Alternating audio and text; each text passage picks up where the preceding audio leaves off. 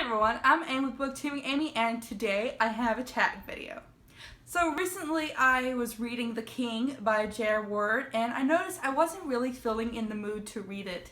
Not that it was a bad book, I was actually pretty much enjoying it, but I felt like, this isn't the book to read at this time in my life.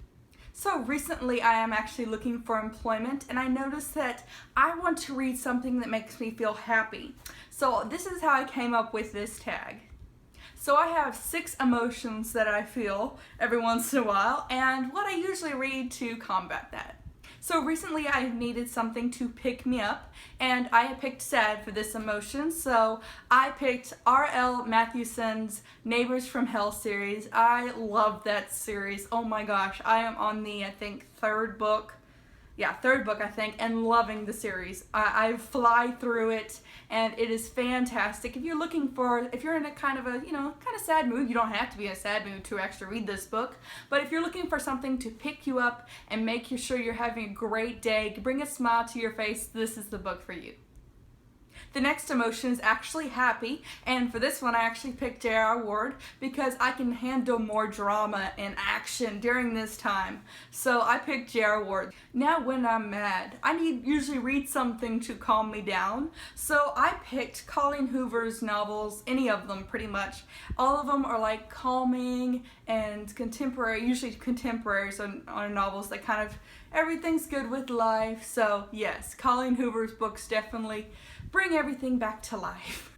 Now when I'm pumped up, I usually read something that is really high action, or a lot of things are happening at one time, or the romance is sizzling. I usually read some high in action scenes. And for this one I picked The Alpha Pack by J.D. Tyler. I read these books whenever they come out. I usually always give them like 4-star, but I'm always on the edge of my seat reading it the whole book, and I'm just like, what happens next? What happens next? What happens next? I must know! So yes, when I am needing to be pumped up, I guess even more, I read J.D. Tyler's books. Now with Valentine's Day closing up, I picked a lovey-dovie emotion. That is the actual title, I named it. And for this I picked Elizabeth Briggs, yes, Catching the Dream series. This is just so nerdy and cute all at the same time. So it's just like, it hits my heart, and I'm just like, oh yes, this is so cute.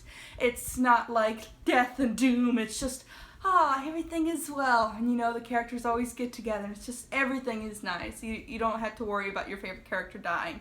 So far in any of the books, I haven't had to worry about that. So I like to read lovey-dovey stuff, so Elizabeth Briggs is my choice for this emotion.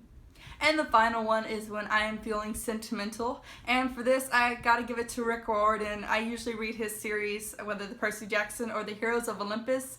I like to be taken back to when I was younger, to a simpler time, so that is why I picked Rick Riordan. I actually started on his new series, and I'm not liking it as much as I like the Percy Jackson, but I read Percy Jackson a long time ago, so who knows? But I'm actually on the 2nd book of this series, and can't wait to see what happens next, because the first one didn't have Percy Jackson in it at all, and I'm just like, where's Percy? Why is he not here? So, but yes, sentimental emotion, back to the point, Rick Riordan. So that's all the emotions for today. Have you read any of these books? Do you have any picks of your own for these categories? Make sure to comment below. I love reading comments. And make sure to like, comment, subscribe, all that fun stuff, and I will see you in another video. And as always, go find your reader.